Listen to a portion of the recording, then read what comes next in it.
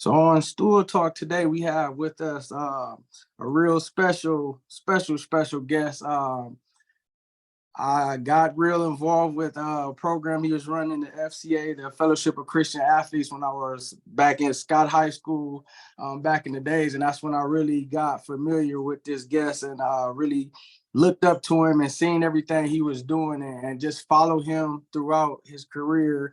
And just been in awe. He kind of like looked up, been a great example, a positive male role model in the community and even in my life from afar. Newly introduced Hall of Famer, Mr. Rick Isaiah. How you doing today? I'm good, brother. How you doing? I'm good. The Hall of Fame, have it sunk in yet? We're getting there. We're getting there as the days and weeks go by. More people know about it on social media. So I got to start buying tickets to the event. So it's we're getting there. We're getting there. We're excited. Take us back. When did football begin for you? Like, when did it start, and what city and state was you in? I'm born and raised in Ohio, Akron, Ohio. So I started playing football when I was 8 years old. My dad was coaching football, and so he's coaching like 11-year-olds, and so I started playing at 8 years old. Man, played nose guard for the first year. Man, I couldn't have been 50 pounds, man, playing nose guard. So it was a good entree into football. When did you know that, hey, I can be good at this, or I'm actually better than a lot of my peers, or I'm doing good? When did you have that confidence? When did that grow inside of you? So when I turned 11, my dad and my uncles became my coach. And them cat, it was three of them, my dad and two of his brothers. There was not a moment they didn't tell me that I was great. I promise you that. There was not a moment they didn't tell me at 11 years old that I can be playing professional football. And so obviously I took that confidence and that belief and took it to the field. And so I never doubted my ability. I think I started playing quarterback at 11 years old, became the quarterback and played a bunch of positions, obviously throughout my career, but I knew something was different when I was young. Went to one high school in Akron, Ohio, and didn't get a real shot to play. So my dad, because I got in some trouble, moved me to high school in his district where I grew up at, Copley High School, and they gave me a chance to play, man. And so I knew something was different. I knew it really at my senior year of high school. I knew I had some abilities, but I didn't know what it was. And I'll never forget walking off the practice field, my coach said, "Hey, I just want you to know that you have the ability to play college football." Wow. And he said, "I know your mom can't afford to send you to college on her own. So I'm gonna be on you pretty tough to make sure that you do all the right things to get ready for college." And so I knew in summer workouts, 2-a-days, and then obviously when the season started, you putting some numbers up, you knew something was different. Yeah. So was UT the only school after you? Was it other school? Was it choices? What connected you to UT? Yeah, it's a fun little journey. So my first offer for a college scholarship was Syracuse University. Really? Yeah, and so while they were my first offer to Syracuse University for a football scholarship, they were also my first reality of big time college football. Yeah. So they offered me in, I don't know, let's say it was November, December, I got offered a scholarship. I scheduled a visit there and sometime in January, I believe it was. And my dad and I were going to drive up or fly up, I can't remember whichever one it was, but so I'm ready to go. It's on the schedule for sometime in January. My first visit though was to Toledo. And Syracuse called me after I got back from Toledo, who offered me a scholarship that weekend, and said, "Hey, we're going to pull our scholarship offer from you, and we're going to offer to somebody else." Wow. So it was, I was like, wow. And they said, "Well, we'd love for you to walk on." I'm like, well, first of all, my parents can afford to send me to Syracuse, so that's not going to happen. So that was, Syracuse was on the table. It was a little disappointing, obviously. Big East football back then. But the first school to offer me was Akron. Okay. University of Akron, my hometown. I was going, man. I promise you, I was going to Akron. My girlfriend was there at the time. I was a knucklehead in high school. She was pregnant with our child. So I was like, I would just stay home and go to school. It all made sense. And then Akron fired that coach. What was the coach name? Because my coach in college, Jim Dennison, he started off at Akron. That's what it was? Jim Dennison was the first guy to offer me a college scholarship. I promise you, I love Jim Dennison, man. To this day, I love that dude. Yeah, I was all set. I was ready to go to Akron. I'm like, this is gonna be awesome. I'm gonna stay at home, play ball, knock it out of the park, man, and we're gonna go. And they fired him. Yeah, you know, Tressel and all them under his tree. He got a nice tree. Yep. Oh man, that's something. He's a good man. So one of his assistants, Paul Winters, got when they fired the whole coaching staff. By the way, they fired them to hire Jerry Faust, who got fired from Notre Dame. Like, wow. Why y'all hire this bum? Like, I was my feeling. Like, at 17, I think Jerry Faust wasn't a good coach at that level. So I'm like, I don't want to play for him. So, excuse me. So Paul Winters he got hired by Toledo to be the running back coach. And so he's like, hey, kid, we was recruiting at Akron. He's you know, we should go after this kid. And so Toledo called me. Paul Winters called me and said, would I be interested in looking at Toledo? And so I said, yeah, let's go. And so most of the MAC schools, Toledo, Bowling Green, Ohio, Kent State, all recruited me. Kent State was close too. They just didn't have a winning program. I couldn't do it. I couldn't go to Kent State. They just were so bad at the time. So your first couple years with at UT, how was that? Did Nick Saban came your junior and senior year, correct, or just your senior year? Nick Saban he came my senior year. So I mean, I got redshirted, which is never fun for a kid who thinks he's can play some ball. So I got redshirted, and then 87 I got some playing time. I lettered obviously, and 88 was a breakout year. 88 was the year I really let the coaches know that I had some ability and was ready to showcase it. And obviously was a starter that year. And then 89 and 90 were my two breakout years where, all Mid-American Conference. 1990 I was a team captain. So it was pretty cool. It was interesting though, because 89, that coaching staff got fired before they brought in Nick Saban. And we were putting up 55 points a game. We were killing it.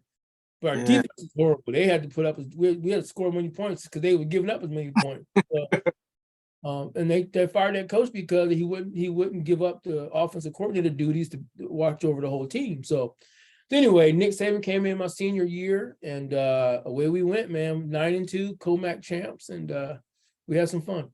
And you put up mad numbers. You like in the top all-time receiving all-time, top all-side with receptions in the season all-time, still there at UT. So, and what we talked about before this interview is you being so humble. Like, I knew you played sports. I knew you went to college, but you never said, yeah, I did this, I did that, and most people, they gonna let you know what they did. I did this, I played on this, we played against these people, I had this amount of numbers and yards. And here you have said, like, you gave me the Bible verse. God said, let men be able to give you compliments and show your greatness.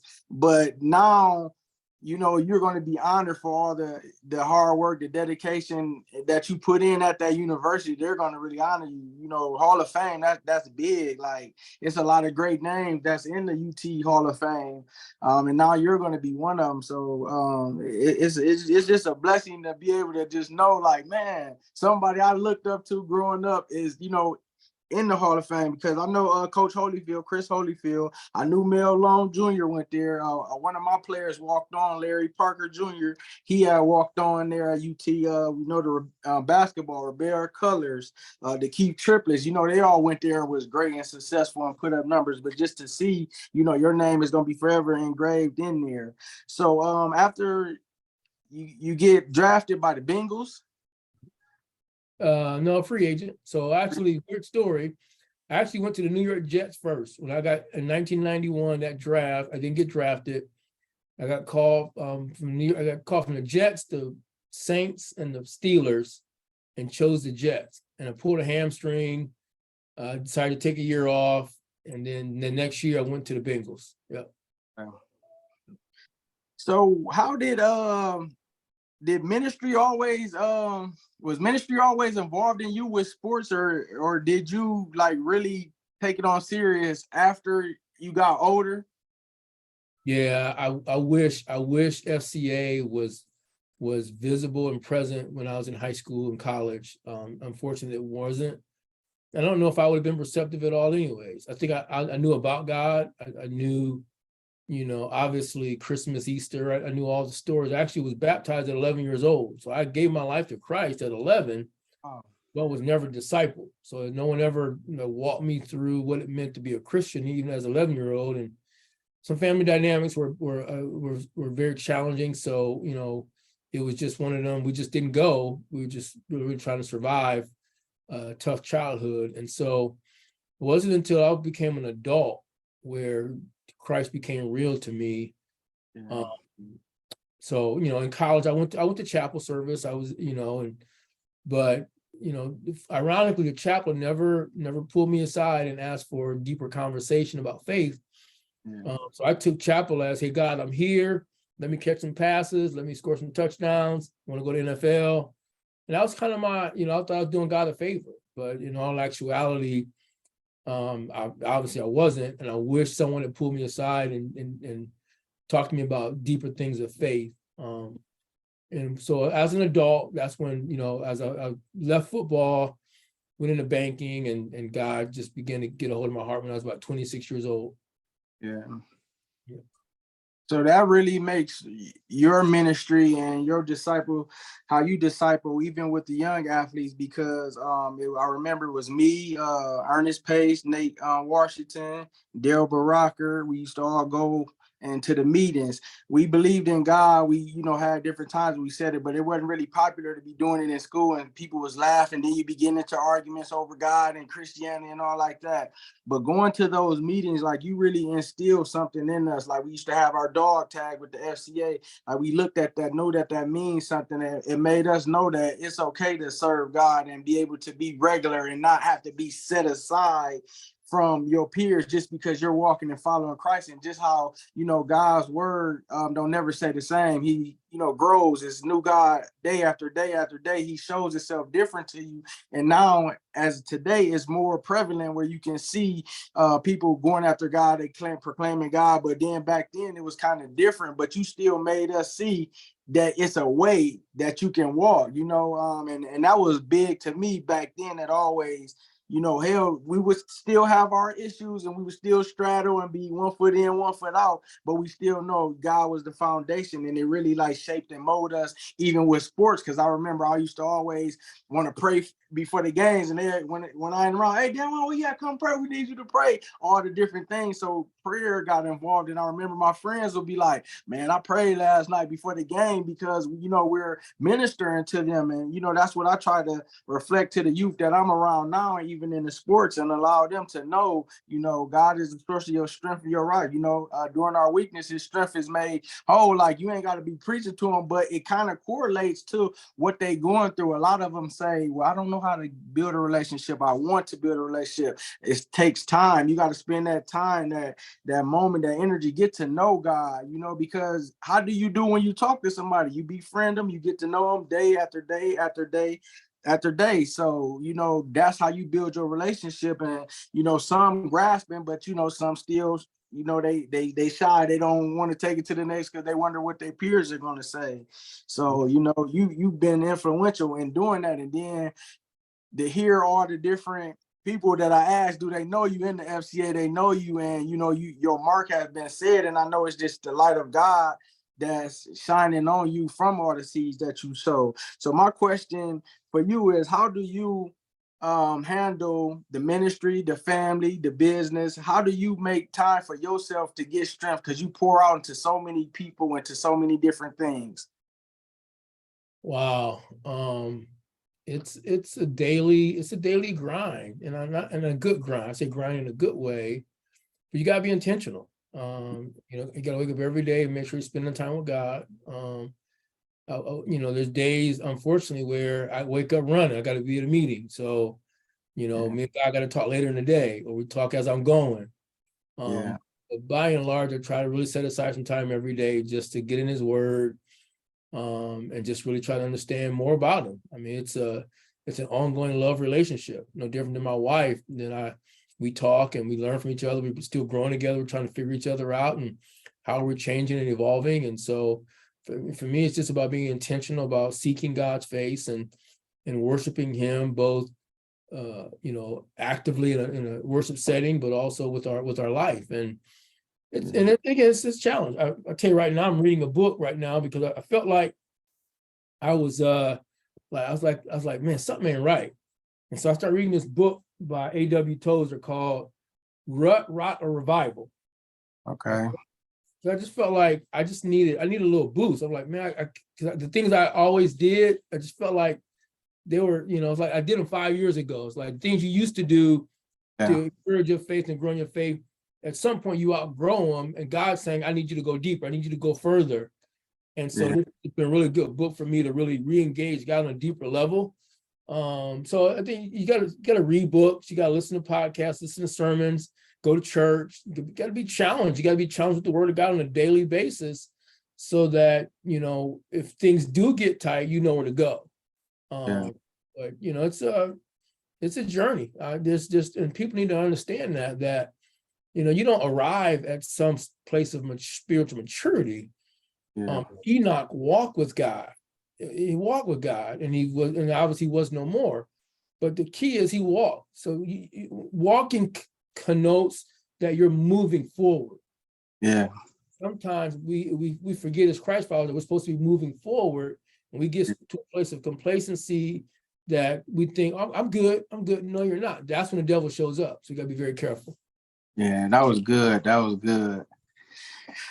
So, man, it's been a pleasure. Thank you for taking your time out for me. I appreciate you. I honor you. Continue to be that great man of God that you are. Great husband, great father, and continue to shine. And congratulations again on the Hall of Fame. Thank you, brother. Man, look, you guys give me way more inspiration than I'm giving you. I promise you, watching you guys grow up and lead the way you're leading, man. So that just does my heart well, man. So keep up the good work on your own end. And whatever I can do to help out, man, let me know.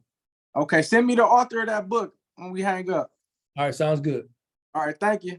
All right, brother, appreciate you. Yeah.